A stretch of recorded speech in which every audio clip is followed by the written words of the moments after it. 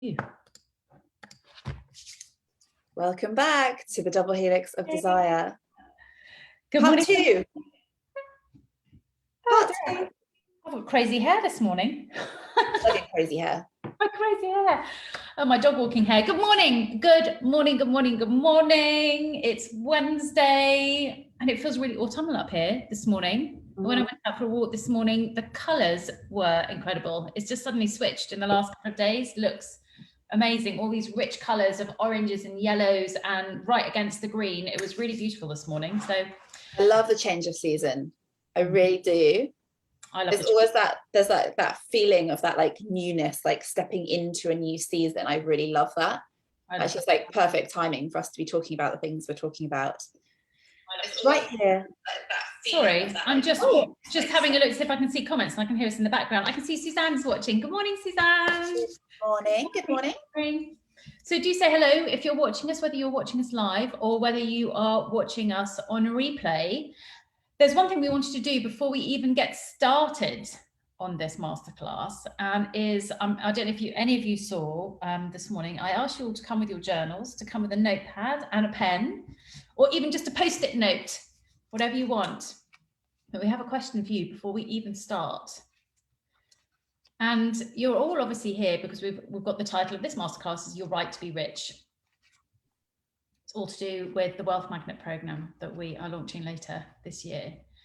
So you're all obviously coming into this container because there's something that intrigues you, something that you want around wealth or money or richness, or something attracted you or activated you to come in and listen to us today. So our question to you is, what is it that you want in terms of money? What does money mean to you? What would you do if you had lots of money? Why are you here? 3 things, your top 3 things, your reasons why you want money, wealth, to be rich. What are those top 3 things? Don't overthink this, because sometimes your instinct, the thing that comes into your head first, is the truth. Yeah, don't try and think what you should want. Just write it down quickly. Just write it down on a piece of paper. 3 things. What would you do? New car, new house. What would it be? New hair. New teeth for me. Okay. Yeah. What's wrong with the teeth? When I was 20, in our celebration for our university days, James's 2 best friends, I was dancing with them on the dance floor. One handed me a bottle of beer and the other one knocked it through my mouth when he didn't see. So all my teeth are fake. Really? I did not know that. Learn something new. So I could do is they need a little bit of an update. They are, what, 25 years old now? There we go. Right, so hopefully that little story has given you enough time to write down 3 things. If you feel like you want to share in the comments, please do feel free to, but there is no pressure to. If you want to just keep that private, that's okay as well. But just keep hold of that for now. Yeah. Oh, here we go. I've got some comments coming in. We've got the lovely Susie watching us. Hi, Susie. She says, freedom to breathe out. Oh, freedom. Oh, wouldn't that be lovely? What would you do with your freedom, and where would you go and breathe out? That sounds lovely. Back in the golf club? Back in the golf club, maybe? New set of golf clubs? Yeah. Right, so keep that safe. Keep that safe, and we're going to come back to it. So I think we're going to do a bit of scene setting in context before we get into the meat of this masterclass, aren't we, Em? So, do you want to start or shall I start? Where do we want to start? No, jump on in there. I think just a quickie to remind everybody why we are here. Obviously, this is the second part of the Double Helix of Desire, and this is in celebration of the upcoming Wealth Magnet program that we've got. And this class is titled The Right to Be Rich. So I think what we really want to start by doing is redefining what it means in our world as Limitless CEOs and what it means to be rich. Ali, what does it mean to be rich? What are we talking about here? Oh, you're on mute, love. I need that t-shirt, don't I? You're on mute. There was a helicopter going over, so I thought I'd just put myself on mute. So rich, what does rich mean to me? So the other day when I was thinking about this, and when we were thinking about the whole program, and when we were talking about the right to be rich, I was thinking rich, ponder on the word rich, and things came into my mind such as rich dark chocolate is one of my favorite things, and rich sauces and thick carpets and luxury and rich. And rich really meant to me rich colors. And when I kept diving deeper down into that, it was kind of like, well, rich to me means full. It means variety. It means a depth, a breadth of everything. It was kind of like, so rich to me, rich in life is almost more of this fullness of life. It's everything. It's expansion. It's all of it. And when I kept thinking about it even more, it's richness doesn't necessarily mean just in one area. Richness to me, there was then all about, right, well, I want to be rich in mind, body, and soul. So what does that mean? Rich in my body means that I've got vitality, that I've got the energy to live in my life, that I feel healthy all the time. But in order for me to feel my best in my body, I actually need to nourish it and to look after it. And what does that mean? If I dive deeper in that, that means I want to fill my food with my body with the best food that money can buy. It means that I want to have great sleep and great rest. And for the majority of people, I would say that that comes with having financial freedom and worryless sleep about money. What is the thing that we all go to bed worrying about most is, oh, I've got to pay for this, I've got to do that. How am I going to pay my mortgage? This bill's coming out. It's having that freedom of just knowing that it's all taken care of, so I can fully rest and fully relax. So for peace of mind is like the key, isn't it, to that real. So for me to experience richness in my body, there is a need or a requirement for money in order to pay for those things, in order for me to have a good, healthy, vital body. So if that's my body, my mind, if I want to have richness of mind, to me, and Em, I'm sure you're pretty much the same, this is about stimulating my mind. I feel rich when I'm constantly growing and learning and just experiencing everything, going to new places, whether that be here or abroad. But, you know, last year in lockdown, it was just fun to go and explore local places. But now we're really looking forward to go and explore beyond. So that's, to me, is about understanding. I love reading. I love doing new programs to learn new concepts. I love, you know, watching stuff on the TV and really, really understanding all of it. That to me is richness in my mind. But once again, we also need the funds in order to source those resources. So the last piece, if it's richness in mind, body, and soul, richness of soul, this taps back into what we were talking about in the Womanly Leader. Our souls. What does our soul need in order to feel rich?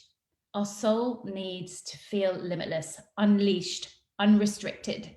This is where our souls can go out into the world and experience anything that they desire, and that the answer is always yes, rather than no, I don't have the money for it. This is allowing our souls to experience everything. And you can decide whether you like it or not. Mm-hmm. And you're not prevented by the fact that money is restricting you.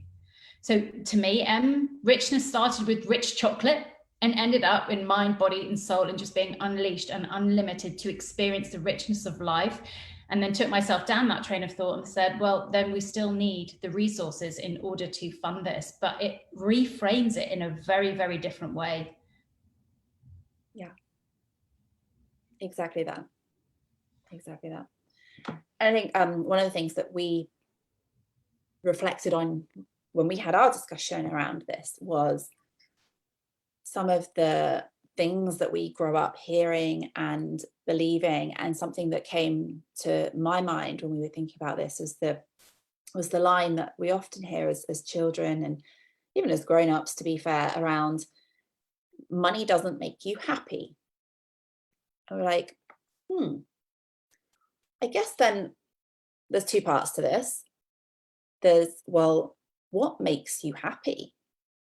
Because the way that you've just described richness, Ali, in terms of being able to be completely like full in mind, body, and soul, if that makes you happy, and we know that in order to go out into the world and have some of those things requires us to have resource, and we live in a world where that resource and that currency is money, then we do need to be able to attract that resource so that we can go out into the world and do all those things that make us happy.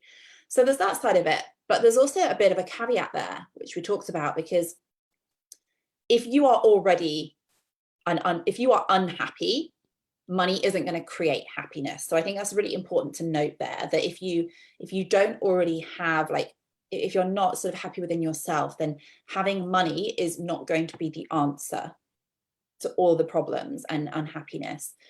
So I just wanted to just caveat that there. But if you are somebody that actually has a good life, has a great life, but there are so many more things that you want to be able to express yourself in, there's so many more things that you want to be able to do and be and have in this world, then the richness, the depth of your life, being able to take it to that next level of depth, it requires a certain amount of resource. It requires a certain amount of wealth.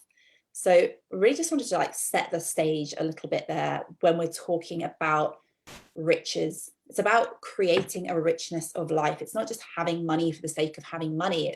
It's what the money enables that brings the richness of life into our world. I think we just wanted to really just frame that for you here. And one of the reasons why I think it's important to have this conversation now is because women have only really recently been able to stand up and say, I want to be wealthy. And for it to be okay for a woman to want to be wealthy. There's a lot of stigma around wealth and women. I think it was something shocking to me that women weren't even able to open a bank account in this country until the 60s. This is so shocking to me, because really for generations and generations, the word woman and wealthy and rich, and it just wasn't a thing. It just wasn't something that was on anybody's radar. And I think we stand for, and one of the things that we talk about as the Limitless CEO is that we stand for money in the hands of good women that are going to be a force for good with it. And this is really, really important to us, is that we redefine all of this generational coding around what it means to be a wealthy woman. There's so much negativity around what it means to be a wealthy woman. I think even in like the movies and books, sometimes the whole wealthy woman persona is not always a very positive one. Sometimes the wealthy woman is displayed as, the one that is filthy rich, the one that is not kind with it. She's not good with it. She's like the evil Cruella with like the fur jackets and the dripping in diamonds. Like as kids, like we grow up with Disney, where often like the wealthy woman in the story is not always the good one. And I think this is what we really want to redefine in this session, is exactly what we just said, is like when you see money in the hands of good women, it is a force to be reckoned with in a really positive way. Yeah, I think so many women see wealthy women as being synonymous with unkind, unpleasant, Bitchy. bitchy, horrid people. Greedy. Yeah, and I think that you're right. This is what we stand for. It's about allowing women to stand in their power and receive money and know that they're going to do good for it. And I bet on these post-it notes, so many of you have got so many amazing things that you would do with money. And I bet it's around your kids and around charity work and all of the wonderful things that you would do with money. And none of that is unpleasant or unkind. So we really wanted to start with setting that context of richness of life, beauty of life. And also what I would love to just help you see is that as women, the richness doesn't stop with us. If we are rich in life, in wealth, it ripples. It ripples to our children, so they experience the richness of life, and to our husbands and our partners, to our families, and then also ripples down to that generational wealth. So we ultimately stand for money in the hands of good women doing good things. Money now, wealth creation for the journey now, so that we can experience the richness of life, so that we can leave this as a legacy for our generations to come. That is what we stand for here in the Limitless CEO, and that's where we're going to start with when we start to talk about this first module of the Wealth Magnet. And who would have thought it, Em? But we have another acronym for you. I'm just looking at. I was looking at some of the comments there. Hang on a second. I was just saying. So please do share. I'd love to hear what people are thinking already on this. So Nick said that she would buy Ava, who I know. Hello, lovely Nick. Good morning. Ava, she would buy Ava, her daughter, 2 new show jumping ponies. See, there we go. Already the money is being spent on somebody else. So that's kind and generous. I would build a social dining space outside with a cover, and I would buy my son breeding cats. He's obsessed with breeding Burmese. Oh, how beautiful. My mum used to breed Burmese. Susie would buy a jumper just like mine. I love that jumper. I love this jumper as well. So lovely, lovely. Already we're seeing that you would do good things with it. So shall we start then? Yeah. First one is with the acronym is really easy for you all to remember, and actually something that you can go through if you ever start to get those money doubts or money fears, or if you start to feel that negative energy, just take yourself back through this process of rich. Mm. So the first one is R, and it's our relationship history. With money. Everything in life I've come to learn is all about your relationship with something.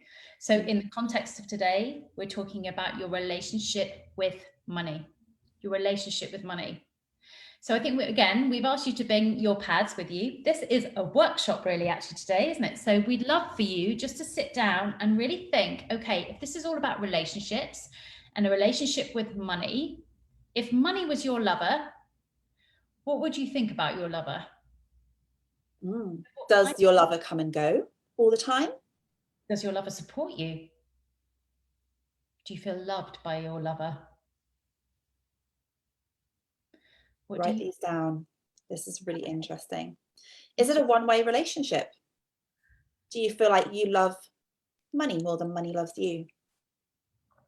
Do you feel that you are lovable? Do you feel worthy of the love? Do you feel worthy of this relationship? How worthy do you feel on a scale of 1 to 10? Are you very giving in this relationship with money, the lover? Or do you feel like you receive in this relationship as well? What is that relationship? Yeah, what is the overarching feeling when you think about this relationship with money? What are the words and feelings that come up for you inside of this relationship? If your lover, money, was to come knocking at the door, what would you say? How would you greet it? Do you feel supported by your money? Your money lover. Your money lover. Your money lover. These are really important things to really, really think about. And something that you might want to come back to as well. So we're giving you a few moments here just to really think about what those initial feelings are. And if you want to share them, feel free to share them in the comments as well. Yeah, anything that comes up and you're happy to share, we'd love to hear it. Nick says money at the door would get hugs and kisses. Oh, good. Good. So that means Nick's very open to receiving. So just have a think about that. Money as a lover. If you were to think about money, what are you really thinking? Yeah. And the next question that we had to ask you as well, Emma, I'll leave you to do that one. Go on, you wasn't it? Yeah, so once you've had a chance to write this down, what we'd love for you to think about is your early memories around what you heard about money and the kind of feeling that you got within your household as you were growing up around money. What was that? What did you hear? What did your parents, your grandparents, or whoever your guardian was? What did you used to hear a lot about money? Did you hear, I'm not made of money, we can't afford it, money doesn't grow on trees, we can't afford it, don't spend it all at once was a big one. Don't spend it all at once. Make sure you save it, squirrel it away, hide it under your suitcase. What did you hear? Were you aware of money in your household, I suppose, to start with? Did it feel like there was an abundance of money, or did you feel as though... Oh, just seeing a really interesting comment. We'll come back to that one. Okay. What did you think about debt? What was your family feelings on debt, borrowing money, loaning money? Never get into debt. Yeah. Pay your debts back straight away. Debt is bad. Yeah. What were those really early thoughts around money? And when you've done that, when you've written those down, what we'd love for you to do is have a look at both of those questions side by side that we've just asked you. Like, how do you feel towards money, as if money was your lover? And what are your early memories? And where do you see some overlap in those things? Where is there some synergy between what you believe about money right now in your world and what you remember being taught about money growing up? Is there any similarity in those things? Can you see where some of your now beliefs might have been installed at a really early age? I think there's also a second look at that when you look at these and everything that you've written down. And I would really urge everyone to go back and watch this and pause the video on replay and really spend some time with a nice cup of tea or a glass of wine and really do this with some candles and really be honest and open with yourself. Because I would also say that if you've answered the first question, if money were your lover and you were saying, I would give it hugs and kisses and treat it nicely, is that what you do when you receive money? Because if you found £1 on the floor, would you think, oh, yay, that's amazing? Or would you be just like, oh, it's only £1 or somebody's only bought this? That's not enough. This is about, when you've written that down, if you saw money as a lover and you felt supported and you gave it love, is that how you think of money now? Are you loving money? And if you're not loving money, then start to treat money like the lover that you've just written down in that first question. There was a really interesting comment I wanted to just talk to. So sure. Lovely Suzanne says, I've realized I'm scared of having a relationship because I would love it, but it might not stay. So this is about the trust. So this is why this is so interesting. Relationships are often how we treat every relationship, our relationship with money, our relationship with health, our relationship with people, with friends, our significant others. I love it, but I don't think it'll stay. It's the trust thing. The trust piece here is I trust money to come in and I trust it to stay, or I trust it that it will keep on flowing. So there's an element of trust. How do we build trust into our relationship with money? So really interesting question there, Suzanne. Sorry. Interesting. And often that is a mirror of relationships as a whole. Do you feel like that way, Suzanne, about any of your other relationships at all, or is it just money? People, for instance, do you feel like people will stay? Because sometimes it's a mirror. Yeah, it's that word. How you've experienced other relationships in your life. If there's a fear there that you may be projecting onto your relationship with money. It's the same with worthiness, isn't it? Or unlovability. I feel unlovable, therefore I'm not worthy of love. It's also love and wealth, or love and wealth are on the same frequency. Yeah.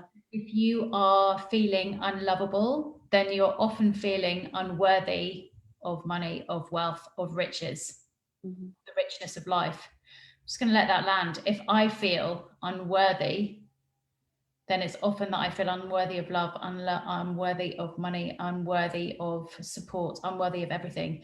Everything goes back to relationships. Relationships with your body, relationships with your friends, relationships with your soul, relationships with your wealth.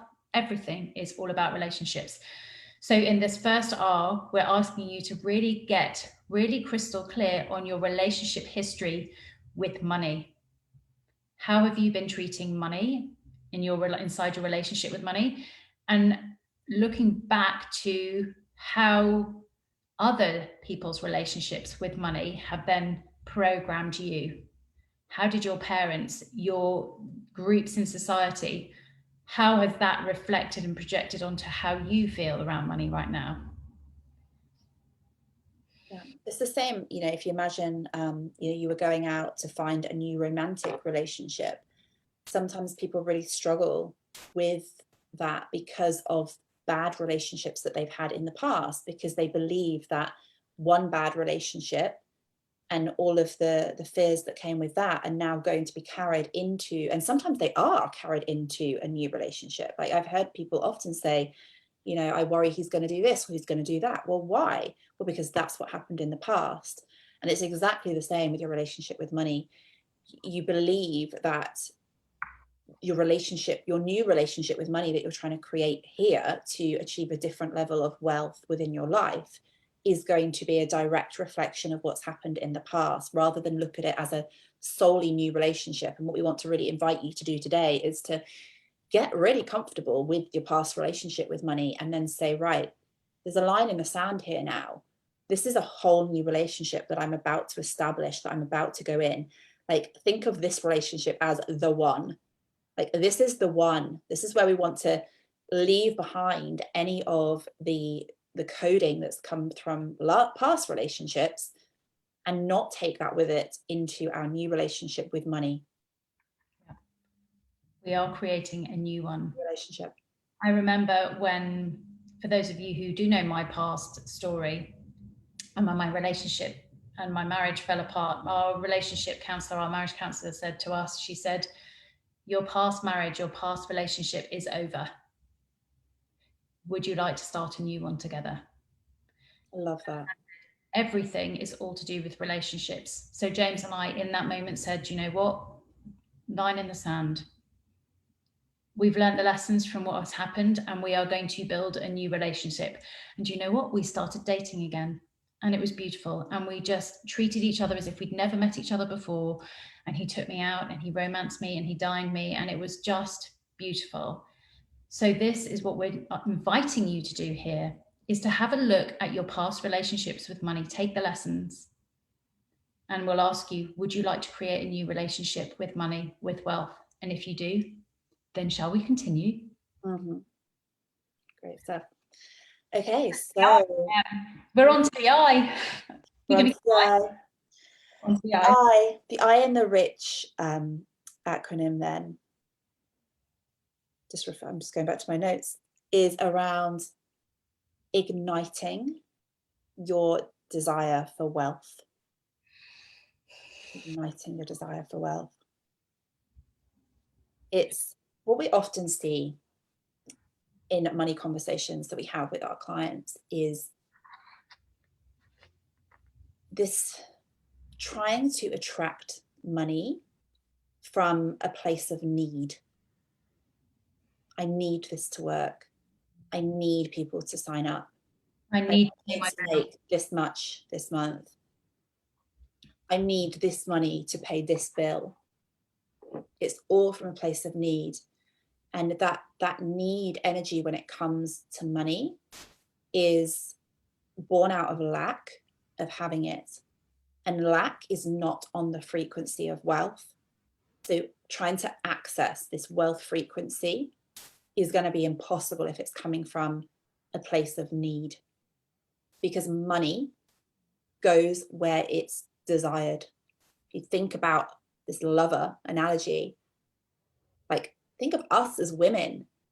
When someone's needy of us, we're like, oh, it's like, it's a turn off, isn't it? It's like, it's such a turn off. Like, if a man was needy of us, if our partner was needy of us, it would just be like, oh no, thank you, I'm not going to go there. And money's exactly the same. Money wants to be desired. It wants to be romanced. It doesn't want to be needed. It's like, how are you gonna spend me? Like, what is that desire? Pink frilly jumper. Yeah. Like, how are you gonna turn money on?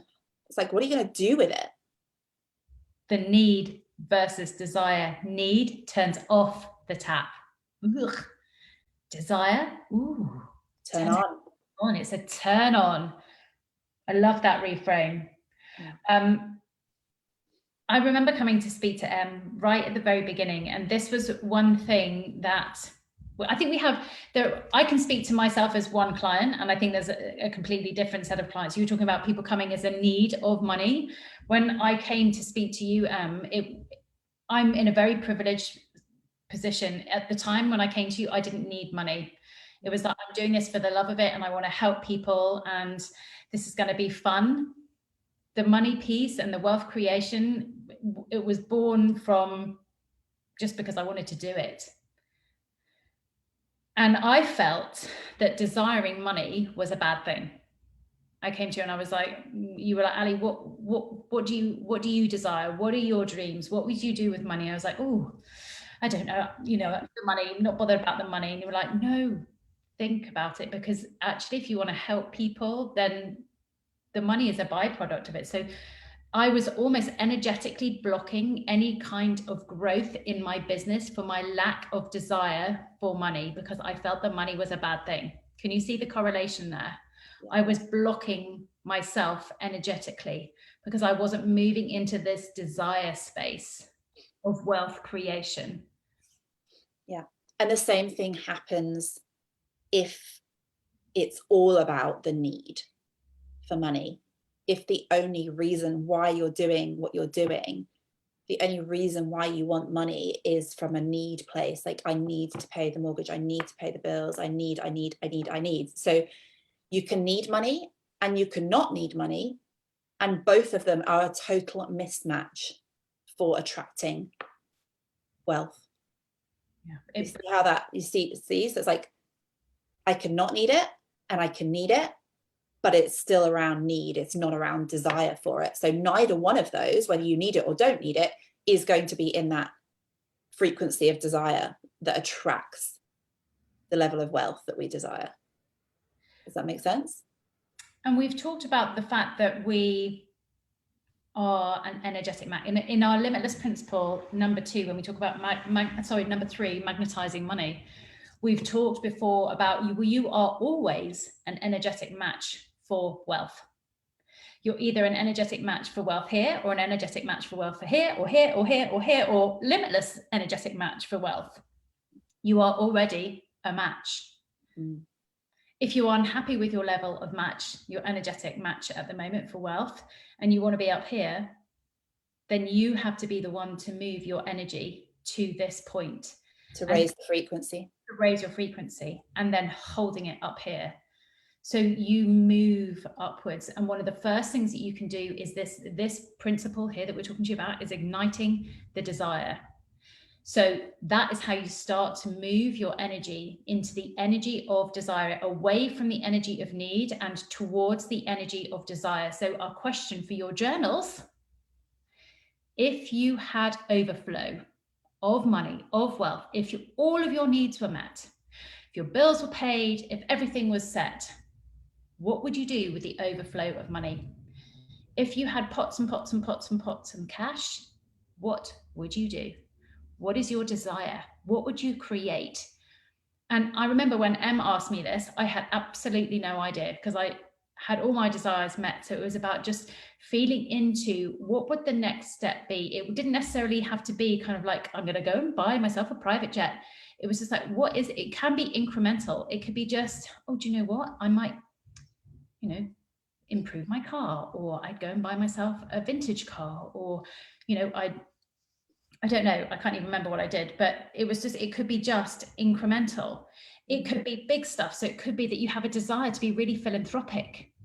What charities would you like to support? It doesn't have to be about buying things. It could be, what would I like to do? It could be the fact that I would have more time. Okay, what would you do with that time that you would have? Where would you go? Would you travel more?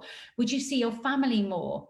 So if you had all of this money and you didn't need to do so much, what does your richness of life look like? What would make your life richer? Mind, body, soul. What would go back? Yeah. What would you do to feel that richness of life if you had overflow? Those are your desires, because the igniting of the desire is all about the visualization and the creation. If you think about it, everything is created twice in your life, once in your mind and once in reality. And you cannot welcome in wealth and attract wealth if it doesn't know what it's going to be used for. There's no desire there. The desire, you need to understand what desire is, no matter how little or how big it is. It doesn't matter, but there just has to be a desire for it. It's like a desire of your kitchen. You know, I'm dreaming of my new kitchen all the time. I know what oven I want. I know what size of island I want. I know what stools I want. I'm dreaming of it all the time. I'm creating it in my mind. But because I'm creating it in my mind, I know that it will become a reality at some point. So igniting your desire is about igniting the creative juices of your imagination. You're allowed to become a dreamer so that you can start to create it. If you don't know where you're going, you have nowhere to go. And it's this desire energy that's going to start to help you move up the energetic match ladder for wealth. Yeah. And now that you started to think about that, I want to take you back to the question that we asked you right at the beginning, which is, why are you here? What do you want money for? What do you want wealth for? What was on your list? Was it a need list? Or was it a desire list? Do you need it for something, or do you desire it for something? Was your list written for somebody else, someone else's desire list, or was it written for your desires? Just go back and compare the two and just notice how activated your desire was when we asked that question right at the beginning of this. In my journey with wealth creation, this was one area that I had to work on really, really hard. Some people have no problem in this area. I really struggled, didn't I? I was just like, oh, I don't know. So this is something that I actively have to do all the time, is remind myself of my desires. Just the next level desire, the next level desire, and the next level desire. What is it that I desire? And it started actually with desiring to send my son to school, the school that he really wanted to go. And the thought realization was that actually all of my desires are enablers for other people's desires. But what are mine? And I had to really work through this feeling of, it feels wrong for me to have a desire. Perhaps it's a female thing. We're so busy looking after the desires of others before we allow ourselves to really desire what we want. Yeah. And this is where sometimes the energetic mismatch happens, because somewhere on some level, we don't really desire it. So you have to start to work out what your desires are. Yeah. What would really activate you? Like, what would you take the most pleasure from? If you think about being in your pleasure, in your bliss, what is the desire there? What do you want it for? And the other cleansing piece, because I know a lot of people are writing things about, you know, wanting to buy horses for their kids, and I wanted to send my kids to the school. It's like, if all of your needs are met, and if everybody else's desires are met, there's only you and your desires. So what is it that you want? And everyone is so unique and so different. And it's just about allowing yourself to journal on that and make yourself a long list of all of your desires. Wild and crazy to the just easy ones. Just think about it like an energetic shopping spree. Oh, I love that, energetic shopping. Taking yourself on an energetic shopping spree. If you had limitless wealth and you were taking yourself on that energetic shopping spree, what would you be looking at? What would you be looking at? Like holidays, cars, homes? What is it that you desire? Starting a charitable initiative, what would you be doing with that money? And maybe even just put them into that mind, body, soul category. What would your body do? Would you start buying everything organic? Would you be only going to Whole Foods, getting it helicoptered up from London? What would your mind like? What programs do you want to take? What books do you want to read? Where do you want to travel to? What do you want to experience? And what does your soul really want to try? because it's never had the chance to yet. If everybody else's needs and everybody else's desires are met, what do you desire? Okay, I'll let you ponder on that for a while. And obviously you can go away and you can come back and do these, and encourage you to come back and watch again. And sometimes things land differently the second time. So the C. Let's go with the C. C in rich stands for cleaning up your poor money patterns, poor money behaviors, poor money beliefs. Get your marigolds on. We're going to cleanse. Yeah. That's it. We're just going to clean up all of this energy. Clean, clean, clean. So there are some things that with the key themes here around the cleansing. There are a few key areas that we've noticed in ourselves and in others. So the first one I wanted to talk to was around the spending versus investing.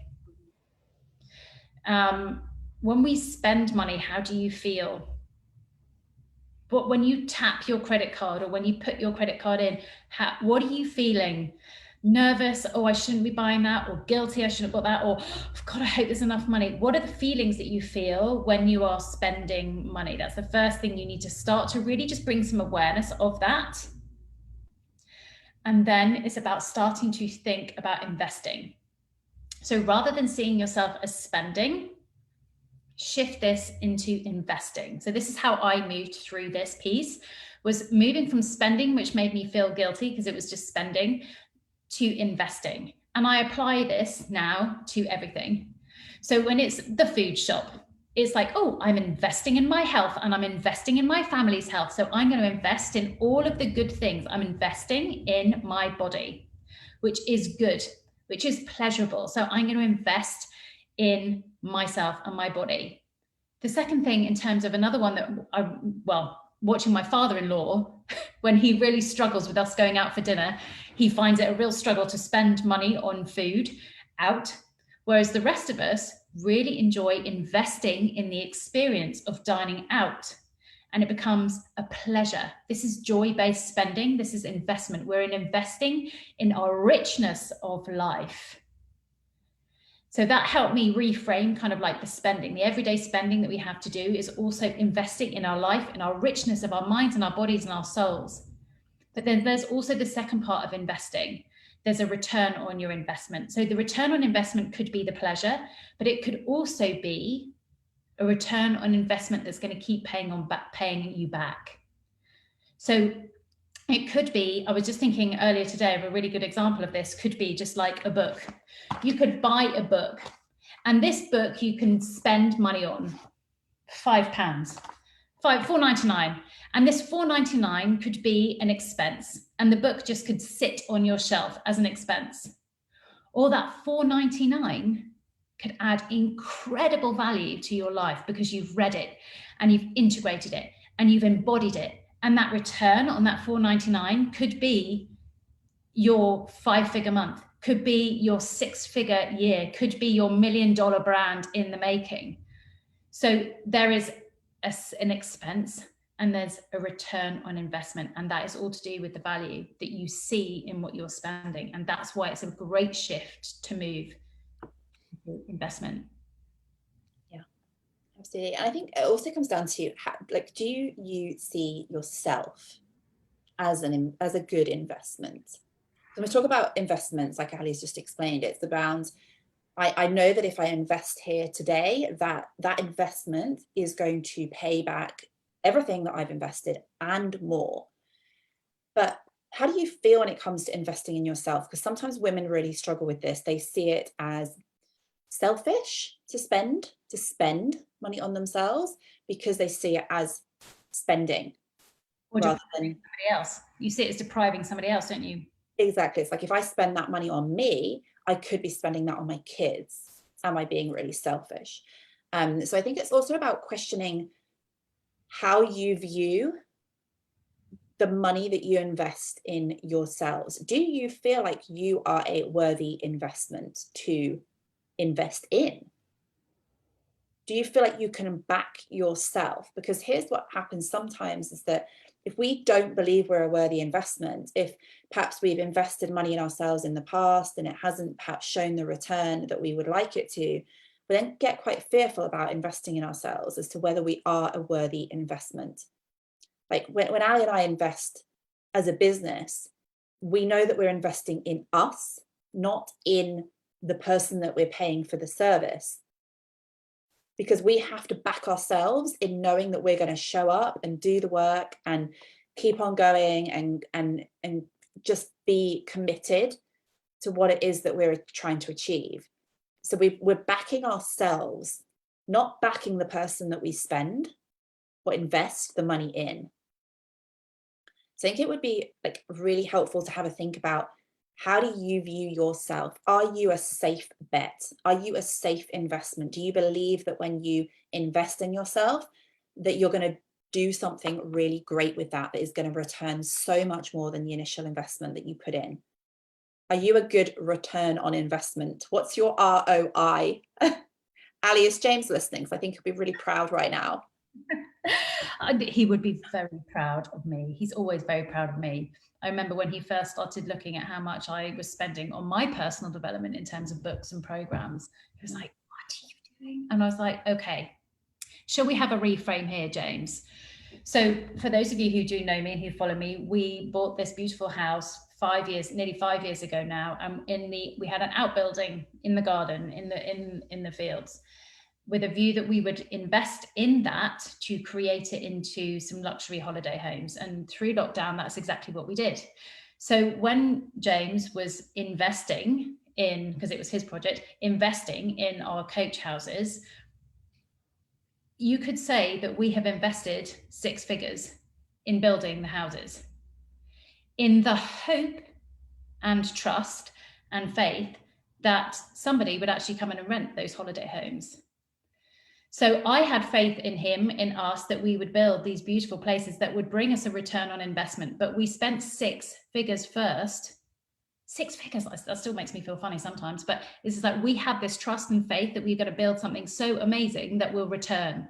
So the return is either that we sell it and we make money on our investment for more than the 6 figures, or we're going to, over a period of time, regain that return on investment through people letting it out. So then when he came to me and he said, "Ali, how much are you spending on your personal development and growing your business?" I said, "Can we reframe this and talk about it as an investment? You're investing in other people we don't even know yet coming in to purchase weeks in our house.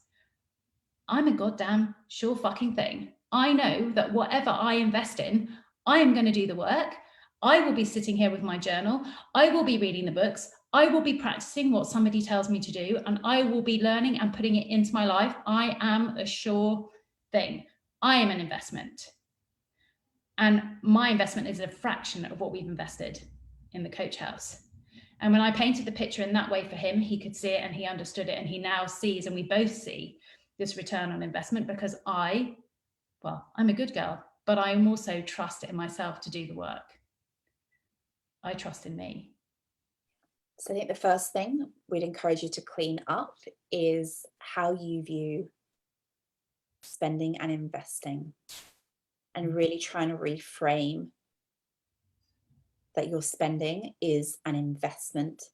Either it's an investment because you are going to get a return over time, or it's an investment because it makes you feel a certain way that you're going to be able to show up as, if you want to be that wealthy woman. What is it that makes you feel that way, so that you can get on that frequency of being a wealthy woman? What makes you feel like her? And if you're, if it's going and having your hair done, or it's going and having your nails done, that is an investment in you, because it makes you feel a certain way. It's starting small. Mm-hmm. I know recently with one of our private clients, working on kind of cleaning up her money patterns and really looking at the fact that she would never spend money on her. It was like, okay, I want you to go to Aldi every week and buy yourself a £3 bunch of flowers. That's all it is, £3 on you. Can you do that? So it's just about practicing these concepts, and you don't have to do the big thing. It's about starting small. Buy yourself a nice cup of coffee from the coffee shop and believe you're worthy of it. The other thing that I wanted to talk about in here, or we wanted to talk about in this piece around cleaning up your money patterns, is using the principles of the love languages. We're going to go right back to this theme of relationships. So you now know you don't want to come from a place of need, because that's a turn off. You want to come from a place of desire. The cleaning piece around your relationship with money can also come by applying the 5 love languages. For those of you who haven't read or been through the whole kind of love languages, it's something that you can apply to every single relationship you have in your life, including money. So there are 5 love languages: words of affirmation, quality time, I can't remember the exact. Physical touch. Acts of service, and gifting. So those are all the love languages, and everybody responds to a different love language. My love language, and I know that I feel appreciated through words of affirmation. James's is acts of service. So it's a great thing to do in physical relationships, but the same is true of money. So it's about cleaning up your relationship in those 5 areas. So words of affirmation. How are you talking about money? Money doesn't grow on trees. Money, Suzanne, what did you say? You worried about that it's going to leave? Money always comes. It's going to leave me. Money is not going to stick around. Money never sticks around. It never comes when I need it. What are you saying about money? Money is evil. Money is dirty, filthy rich. What words do you use to describe money? So clean up your words around money. What about time? How much time are you spending looking at your money? Are you an ostrich in the sand? I used to be an ostrich, never looked at anything. I was married to an accountant. He'd let him deal with it. How much time do you spend looking at your accounts, your budgets, your forecasts? Spend time with your money. Just get to know it. Yeah. Check in onto your app on your phone and just be able to know what your balance is. And think about your words. So rather than going there thinking, oh, there's nothing in there, just go, oh, it hasn't arrived today. It's all going to arrive tomorrow. It's coming. It's coming. Think about the language that you're using around money. Yeah. How often do you physically touch money? Probably not much. Not these days, no. So this is about just going to the bank and just getting some cash out and actually physically feeling money. It sounds strange, but it's all to do with the energy of money. Feel the energy of money. Yeah, there's also, I feel like there's more to that, the physical touch piece as well, because it's not just the touching of the money, it's also maybe being in the presence and being able to touch the things that you desire for the money. So for instance, if on your list is a new car, go to the showroom and test drive the car, be in the car, feel the leather, take it for a spin. Like really like physically know what it feels like when you have it. I think that's because it's not just the money, it's also what the money enables, isn't it? So, you know, go and energetically shop, go into the boutique in town that maybe you don't go into because you think, well, the price tags are, you know, are all in the hundreds and thousands.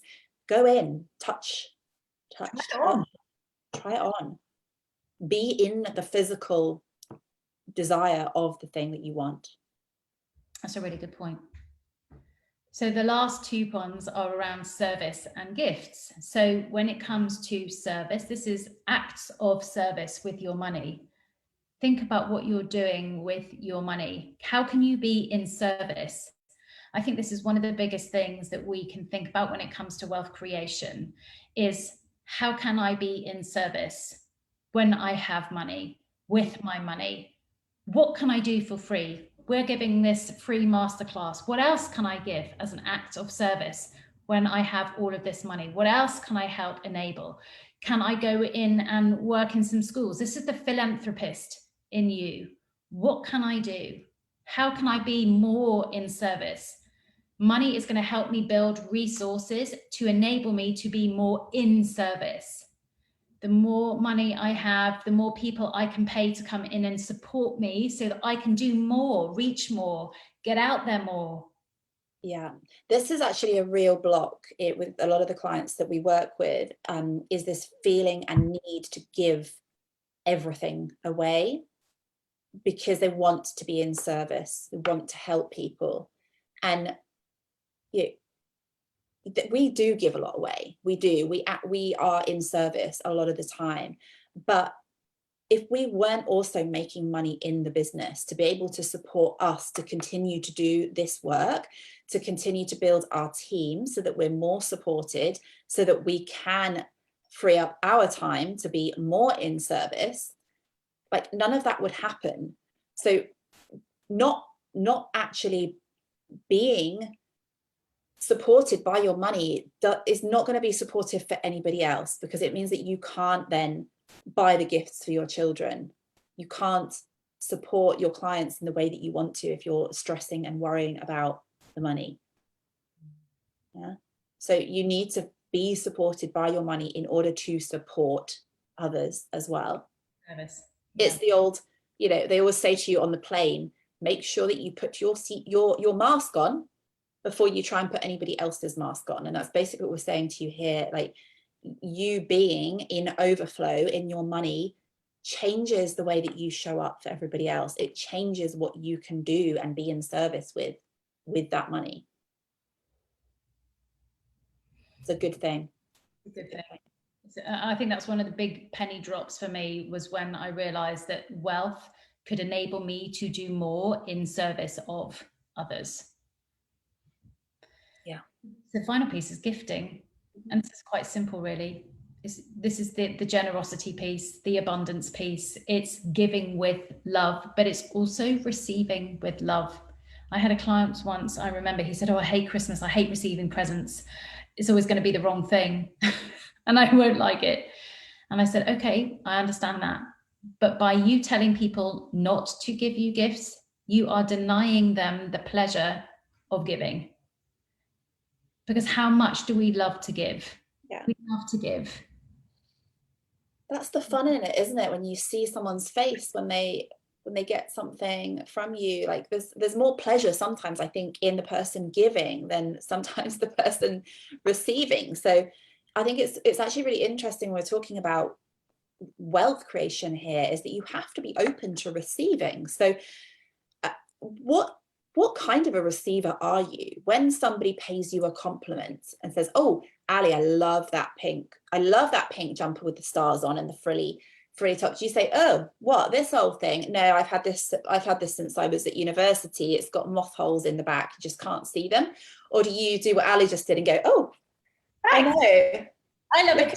Look at me and my pink jumper today. So do you receive well? When somebody wants to say, I'll pick up the bill for this coffee and cake when you go out with your friend, do you say, no, I'm paying half. No, couldn't possibly let you pay for it? Or do you say, oh, thank you. That's really kind. That's really generous of you. Thank you so much. Yeah. Not, I'll get the next ones. Just thank you. Just being available to receive. Yeah. When somebody gives you a present, do you say, oh, you really shouldn't have? Do you feel guilty because someone's spent money on you? Check in with those things, because it really says quite a lot about your ability to receive as a woman. And if we're wanting to be open to receiving more money and wealth, we have to be good at receiving, full stop. And to practice receiving. Practice receiving. And remember, when you give, how do you want people to respond when you give? Because if you're giving and somebody just says, oh no, don't want that, that's so disappointing for you. Yeah. You want someone to just go, oh, thank you, that's just so gorgeous, thank you, thank you, thank you. Make sure you receive in the way that you would like others to respond to you giving. And the same is with money. So when money comes knocking at the door, thank you, thank you, thank you, I'm so excited for you to be coming here. Not thinking, oh, are you only popping in for a minute? Just, oh, thank you, that's wonderful, thank you, thank you, thank you.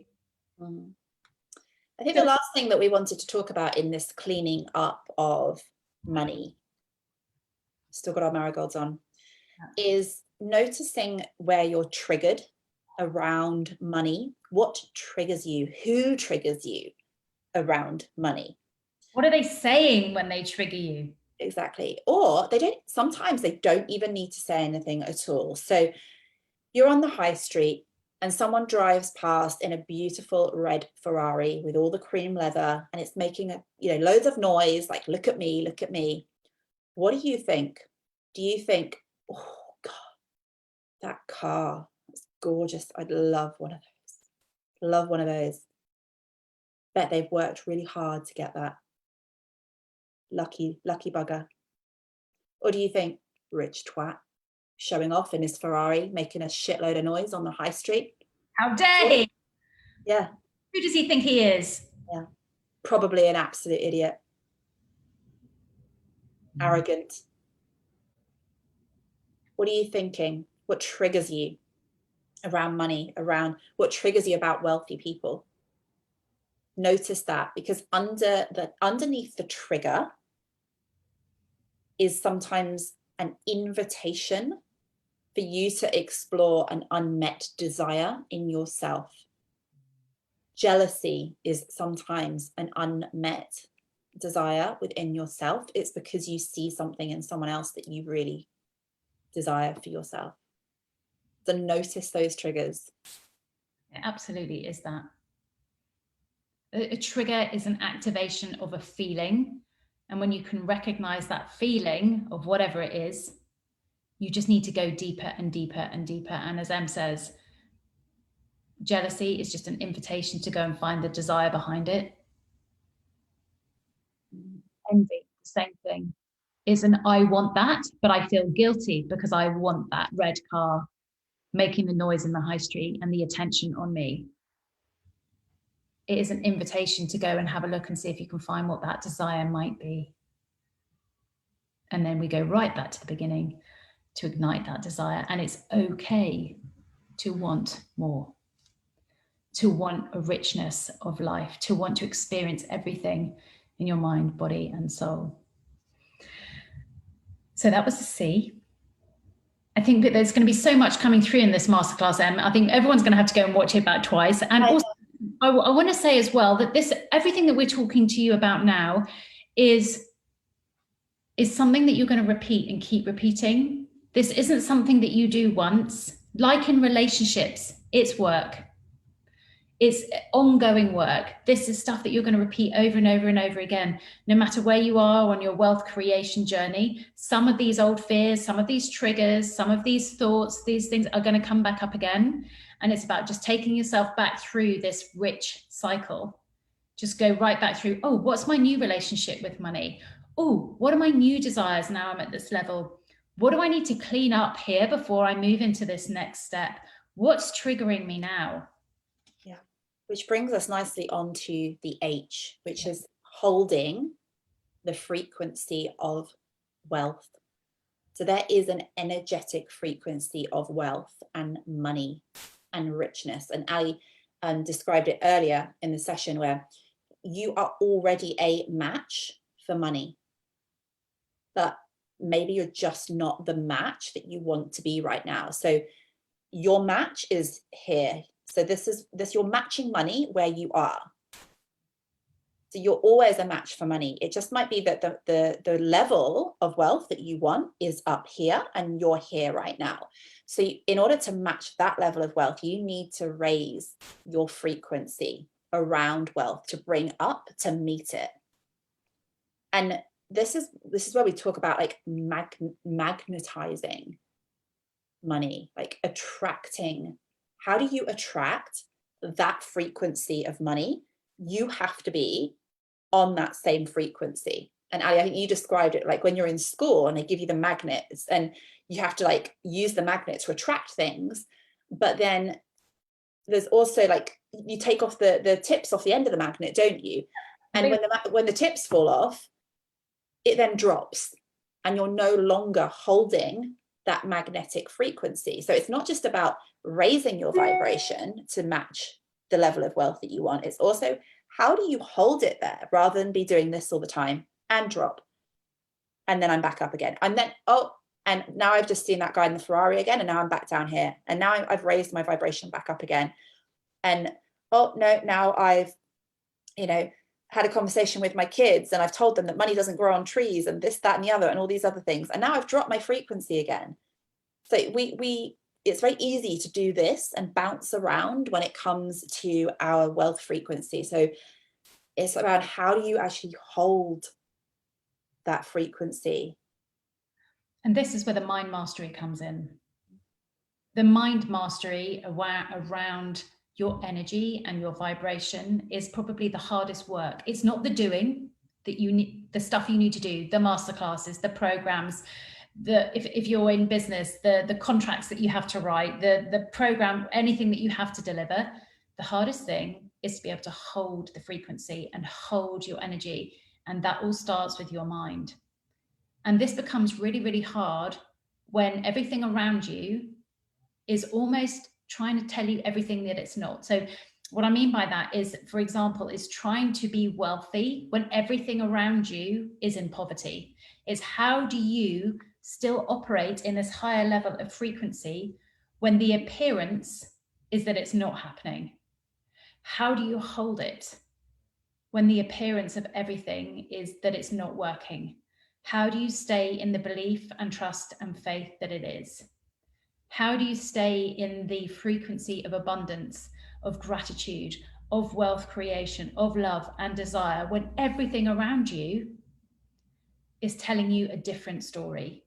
How do you hold that when it appears to be completely different? And that is how you stay up here. When you can master your mind and hold the frequency is when you start to see the wealth start to build on top of more, and how you keep moving up that ladder of wealth creation. When you can hold that frequency of desire without guilt, when you can hold that frequency of desire without feeling bad about it, without jealousy. How do you hold it here and trust and know even though it's not even there yet? That is the mind mastery piece. The holding of the frequency is where you need to work the most. So that brings us to the end of this masterclass, and your right to be rich. We all have a right to be rich, to experience the richness of life, just as we explained right at the very beginning. How do you feel about wealth, about money, about richness? How can you start to improve your relationship? How can you clean up your money act? How can you ignite your desires without feeling guilty? And then how can you hold it there? These are all incredibly powerful concepts that we've brought into our lives and continue to work through all the time, every time we up level through our creation of wealth, through our relationships with money, through our relationships with each other, with our relationships with our clients. How do we keep going? I wrote a little quote out, that I read this morning that I thought was really good. And it says, no one is kept in poverty by a shortness of supply in riches. The visible supply is practically inexhaustible, but it's the invisible is unlimited, is limitless. There is a limitless supply of wealth for us all. It's all an energy. And we just have to tap into the energy of what level of wealth we desire. And everybody's level is different. So if this is something that you desire in your life, this was the first module, hence all of the questions, to really ignite some really deep-seated thinking and to get clarity on where you are in your wealth journey and your wealth creation. We are introducing the Wealth Magnet. This is our next program for the remainder of 2021. It starts in November. I think, what is it, the 21st? Oh, no, I've forgotten the dates now, after everything yesterday. I think it's the 21st of, no, it's not. I will tell you exactly when it is. It's the 12th of November. It's the 12, 11, 21. It's all the angel numbers. That's why I remember it. So it starts on the 12th of November. This is the work of our lifetime to get to where we are now, where we are, everything we know about wealth creation for the journey now and for the generations to come. It is 5 modules going deeper into all of the concepts that we've talked you through today, to really hold space for you, to really, really, really, really get clear on what it is that you desire and to let go of any of the energy that's blocking you in having it. I think it's one of the, we've talked about the concepts today, and we really hope that you have learned something or started to think about something in a very different way. But what we really desire for you to do is to integrate this work. This is the inner work that creates the shifts. Okay, So it's about integrating this work and embodying this work, not just learning it. We can read books, we can listen to masterclasses, and that's exciting, but how do you really start to shift internally is by the integration and the embodiment of all of this. And that's the holding of the frequency. How do you hold it here? Exactly. Yeah. So in terms of investments, obviously we've talked about investment a lot. Like this program is an investment in yourself. It's around understanding that you invest in order to create that return on your investment. So the investment for the Wealth Magnet program, then the standard, Ali, you might have to just shall I do this bit? Yeah, I was going to say, I know that you did the investments on this morning, but just correct me if I'm wrong. Yeah. The standard investment for the program then, which is our standard price outside of our communities, is 1111. So all of the Wealth Vibe angel numbers, but there is currently on an early bird investment of 911.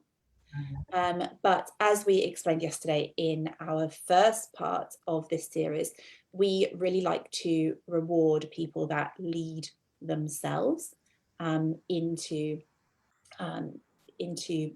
growing and developing further. So we are rewarding everybody inside of this container with a exclusive investment on this program of 777. Did I get that right? Yeah, you did. Yay! Hurrah. So you can enroll for, if you're watching this now, you can enroll for 777. We've also got a bundle offer for you. So this is like our Q4 feminine power and wealth creation bundle. So if you loved the Womanly Leader program that we talked about yesterday, and something that you would really like to bring into your world is to really understand how you can marry that masculine and feminine energy and become a much more powerful boss in her womanly way, you can enroll in that program and the Wealth Magnet program for a special price of 1111, all of the angel numbers. So the standard price on the Womanly Leader was 888 and the standard price on the Wealth Magnet was 1111. So if you invest inside of this group in both of those programs, you will be able to take both programs for 1111. So this is all to do with investing in you to become the wealthy woman. This is the theme for, well, this was the theme for me. I remember at the beginning of the summer when Em and I first started the Limitless CEO, it was like, this is all about the wealthy woman who feels good. She knows she's on an amazing path to create wealth for good, that richness of life that is going to ripple for the journey now and the generations to come. This is what it feels like to be a wealthy woman. I've been stepping into my wealthy woman vibes for a long time now, alongside Em, and this is everything that we have learned along that journey of becoming a wealthy woman. And this is what we've put into these two programs, our hearts, our souls, our minds, everything in here in the Womanly Leader. As Em said, marrying the boss and the woman to become that CEO, marrying your masculine and your feminine in a beautiful dance so that you can step in to that leader you were born to be. And then here we go with the Wealth Magnet. As we've discussed and as we have shared with you, to us, wealth creation is about creating this richness of life. It is about creating and being in service to others. The more wealth we create, the more in service we can be for others, the more richness we can create and ripple out not only to ourselves, to our families, and to our generations. This is what these two things mean to us to become a wealthy woman. So for Q4, you've got these two programs. You can buy them individually, or you can buy them as a Q4 bundle. There's also our mastermind. Now, if you want to jump into becoming the limitless woman, this is taking all of this even deeper. And if you want to jump into the mastermind that starts in January, then you get these two programs for free. You jump in automatically. This is the start of the work for the mastermind that's going to launch in January. And we're going to be continuing those conversations and applying them to you, a very, very unique small group of women This is when we've talked about before of you coming into our shop, we are the shopkeepers, and just like we've been held to try things on, concepts on, we will be helping a small group, unique, exclusive group of women to try on these concepts in their seasons of their life, wherever you might be, just starting out, further down the line, have kids left home, wherever you might be. These are frameworks and concepts that we will help you try on in your life so that they fit beautifully, so that they fit like a glove for you. That's in the mastermind. And if you want to jump into the mastermind, you get these two to activate that thought process now. So we're going to post in the group. There's 2 links. There's going to be a link again for the womanly leader. So if you want to jump in on that, that starts on the 25th of October. I said the date wrong, I think, on Monday, the 25th of October. So that starts on the 25th of October. It's 7 modules over the course of 3 weeks with a Q&A in it to help you understand the concepts of everything to become the boss and the woman who becomes the Limitless CEO. Then we've also got the Wealth Magnet that starts on the 12th of November. And that's a 2-week program with 5 modules. Together, they are the Wealthy Woman Q4 bundle. And I'm going to drop all of those links in here so you can jump on in at any point in time. If you have questions, do just drop us a DM and we can have a conversation offline. But we are so excited for the remainder of this year to be in these wealthy woman vibes with all of you, anyone who wants to jump into whatever container you feel is right for you, whether it be 1 program, 2 programs, the mastermind, or we have 1 spot left for 2-to-1 coaching. So that's it for a Wednesday morning. It is. Just before we sign off, we are going to be live again tomorrow morning inside of this group to answer all of your questions.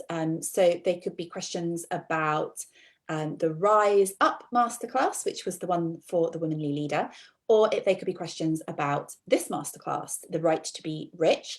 So anything that's come up for you that you would love to talk to us about. We can also answer any of your questions about those 2 programs as well. So we're going to be here live in the group tomorrow morning. I think we said 10 a.m. Ali, does that still work for you? So I think that, yes, I'm pretty sure that if it's in my diary, it will be for me. Yes, 10. If you can't join us live, please feel free to put your questions in the group, or you can send us a direct message and we will be sure to answer your question live so that when you watch the replay, you're getting everything that you need from us. So I hope that you'll be able to come and join us and we can just go a little bit deeper on some of the concepts that we've talked about in this masterclass and help you to understand how this applies to you. And likewise, if you want to discuss anything about those programs, hop into our DM or come and join us in the morning and we will share all. I've just seen Narati says she can't wait to start the Womanly Leader program. Yes, my lovely, you are in for it all. Cannot wait. Mwah. So happy Wednesday. Hope you all have a magical day. We are off to go into our womanly vibes, aren't we? Wednesday afternoons is our... So lots of love to you all. See you soon. Thanks so much for being here.